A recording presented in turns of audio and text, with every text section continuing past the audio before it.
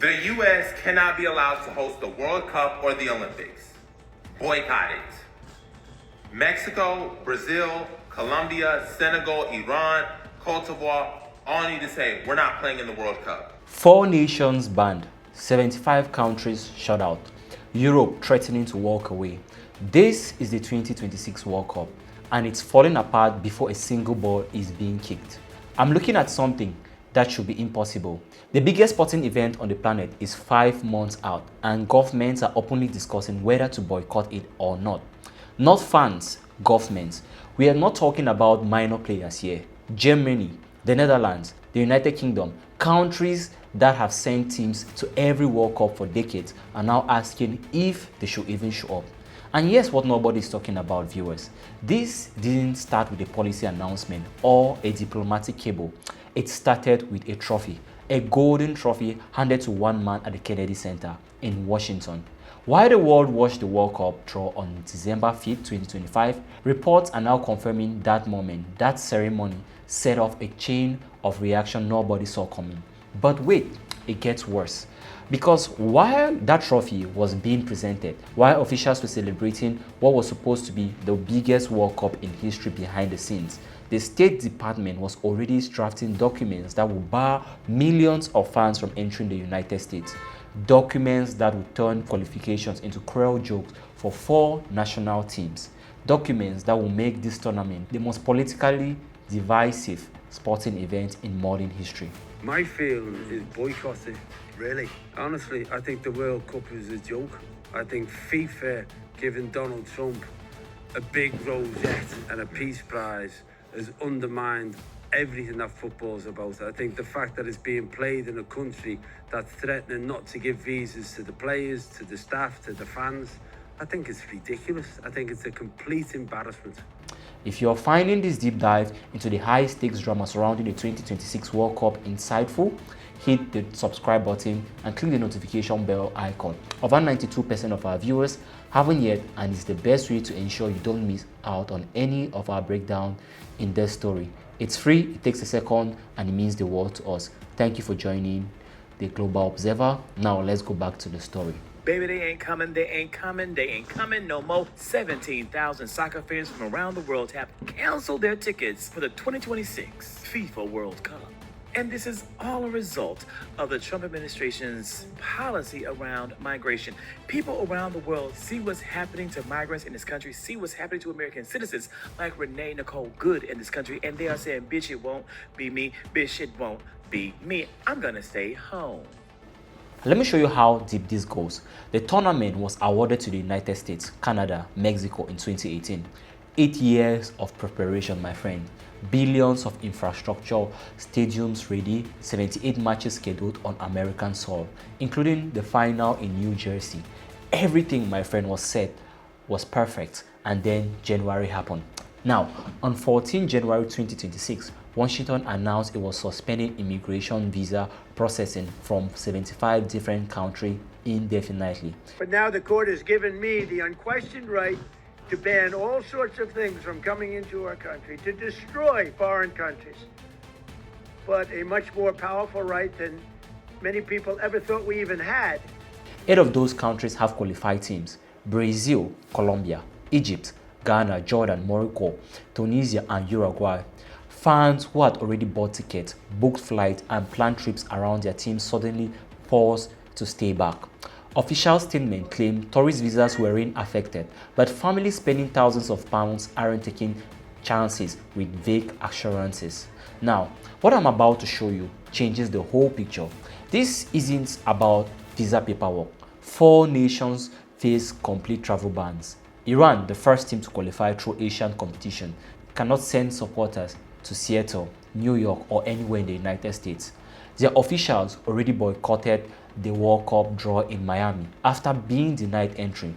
Think about that, a qualified team unable to attend a ceremony where their matches were scheduled because the host country wouldn't let them in.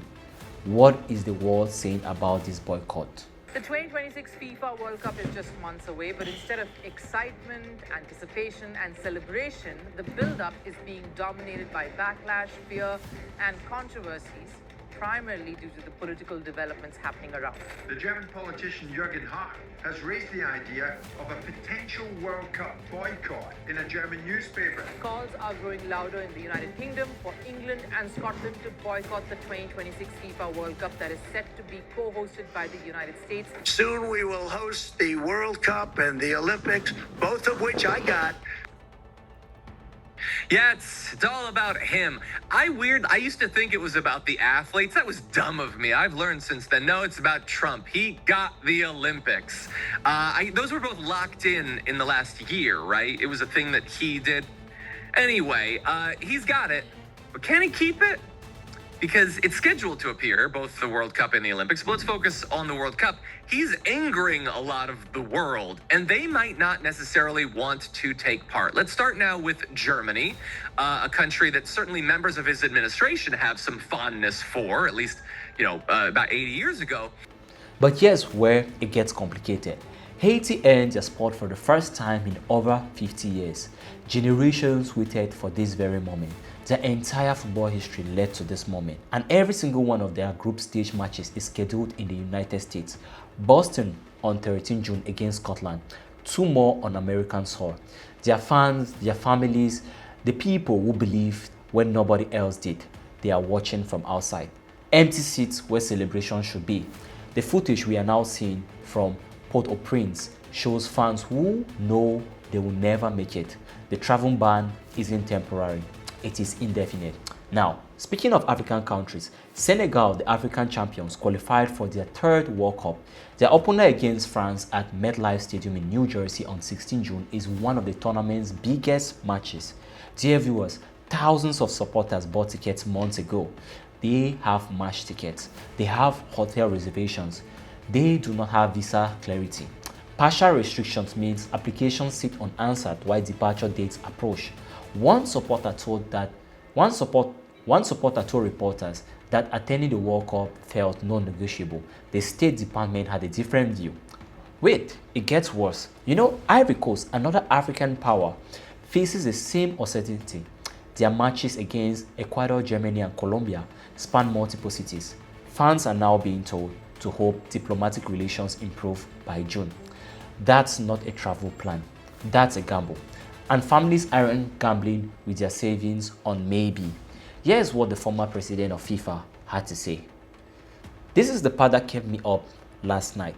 FIFA tried to project confidence. They unveiled the FIFA Pass in November, promising priority visa appointments for fans with match tickets. They deployed 400 additional consular officers worldwide to handle demand. They released data showing 500 million ticket requests from all 211 member associations. Record-breaking numbers. 15 million applications per day during a 33-day window. But buried in their press release was a disclaimer. Possession of a match ticket does not guarantee entry to the United States, Canada, or Mexico. Read that again and listen to it yourself. You can buy the ticket, you can book flight, you can plan the whole trip, and still might not get in. That's not hosting a World Cup to me. That's running a geopolitical lottery where fans are battling thousands unfavorable diplomatic timing. And then this happened. While all of this was unfolding, that trophy I mentioned earlier, the inaugural FIFA Peace Prize, was presented to the very administration implementing the policies tearing the tournament apart. The same week, officials were expanding ban lists. FIFA president stood on stage praising leadership and cooperation. That ceremony wasn't just awkward. It was the moment when European officials started making calls, when federation presidents started asking lawyers about boycott presidents, and when the celebration became a crisis. I'm curious what you think about this, but first, you need to see what happened next, because Europe didn't just complain, they organized. On 19 January 2026, German politician Jürgen Hart said something unthinkable 6 months ago. Germany, a 4-time World Cup champion, could boycott the tournament as last resort. Hart is the foreign policy spokesperson for the CDU and advisor to the Chancellor. When he speaks, to be honest, barely listening. His logic: if the United States pursues control of Greenland, if threats of tariffs against European nations continue, and if military operations remain on the table, then Germany needs to reconsider not participating. Polling conducted immediately showed 47% of Germans supported a boycott if Washington moved on Greenland. Only 35% opposed. Think about what that means. One of football's most passionate nations ready to walk away from the sport's biggest stage. Now, OK Gottisch, vice president of the German Football Federation and president of St. Pauli, entered the conversation. He argued that the potential threat is greater today than in the 1980 Olympic boycott. He stated, "The life of a professional player is not worth more than the lives of countless people in regions who are being attacked or threatened by World Cup hosts." In the Netherlands, over 150,000 people signed a petition calling for a boycott, citing aggressive military intervention. In the United Kingdom, 23 members of parliament signed a formal motion. Labour, Liberal Democrats, Green Party played time role, calling for the expulsion of the United States from major competitions. They highlighted the kidnapping of President Nicolas Maduro in Venezuela and military actions in Nigeria. When your closest allies' parliament proposes expelling you from the tournament you're hosting, that is a total rupture, my friend. Canada and Mexico, they are unlikely safe havens. Now, what I'm about to show you changes the whole picture. Canada and Mexico, the co-hosts, suddenly became critical. Each country hosts 13 of the 104 matches. Toronto, Vancouver, Mexico City. These cities have transformed from secondary venues to safe havens. Senegal's third group match is in Toronto. That match, my friend, will proceed without visa complications. Fans blocked from entering the United States can attend there. Ivory Coast plays Germany in Toronto on 18 June. Thousands who cannot cross into America will travel north instead. The economic impact that was supposed to fill American cities is now being distributed to Canadian venues. Mexico's situation is even more complex. Despite being a co-host, it remains under pressure from Washington regarding tariffs and military actions against drug cartels. However, the matches there will still offer access that American venues do not. France's sports minister made a telling statement. There is currently no desire to boycott, but she didn't rule it out, stating, "I'm not prejudging what might happen. The door is wide open." The scale of disruption keeps growing. Reports emerged that over 16,000 fans cancelled pre-booked tickets in mid-January. Videos of immigration enforcement confrontations spread online. An incident in Minneapolis where enforcement actions turned deadly went viral. People started asking if it was safe to travel to the United States, not because of crime, but because of government policy. I think you all can remember that. What bothers me most is the precedent. If a World Cup can be held under these conditions, what message does that send?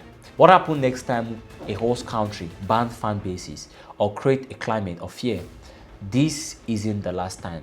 This is setting a template. The stadiums are ready. The final is set for 19 July in New Jersey. And from a logistical standpoint, everything is perfect. But logistics aren't the problem anymore. This tournament has become a test whether the world's most popular game can survive being weaponized for political purposes. For decades, my friends, host countries were expected to facilitate, not complicate, to welcome, not exclude other people. That understanding is breaking down in real time as we speak.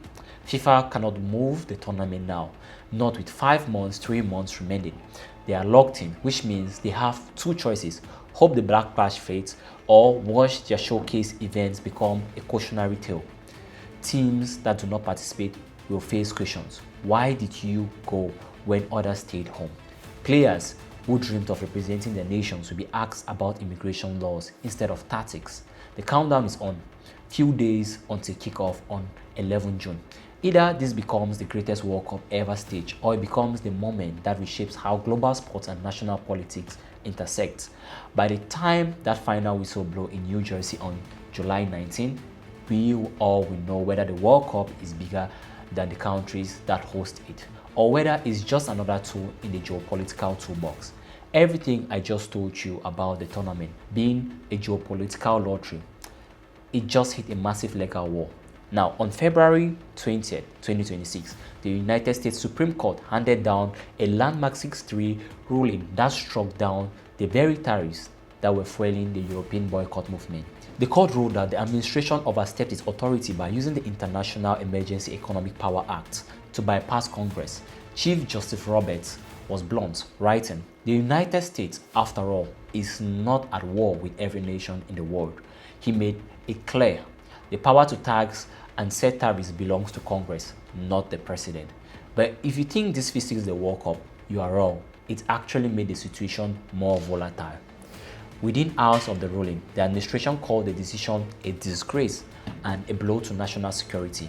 They didn't back down. They immediately announced plans to impose 10% global tariffs using different legal levers. Here is how this connects directly to the World Cup crisis. The refund chaos, number one. The ruling potentially forces the government to refund over 140 billion in collected tariffs. This has triggered a massive political fight in Washington, with some officials calling it illegal cash grab. For the 2026 co-hosts, Canada and Mexico, this is a moment of vindication. But for the tournament's logistics, it adds a layer of extreme financial uncertainty. Now, let's talk about the second point, the boycott momentum.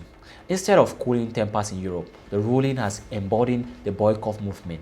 In Germany and Netherlands, critics are pointing to the court's decision as proof that the administration's policy are not aggressive but illegal under American law. Now, a tournament under two laws is the third point. While the global reciprocal tariffs were struck down, sector-specific tariffs on steel, aluminum, and autos, the ones hitting Canada and Mexican industries, the hardest, remain in place. That means the trade war World Cup isn't over. It's just moving into a new, more complicated legal phase. We are now in a situation where the highest court in the nation has officially rebuked the tournament's peace prize recipient. The legal scaffolding of the trade war has been dismantled, but the political building is still standing, and it's leaning right over the 2026 World Cup. Thank you for watching this video. You've been watching The Global Observer, and I would love to know your thoughts on the comment section. I'm your host, Awesome Ladi, and I'll see you in another one.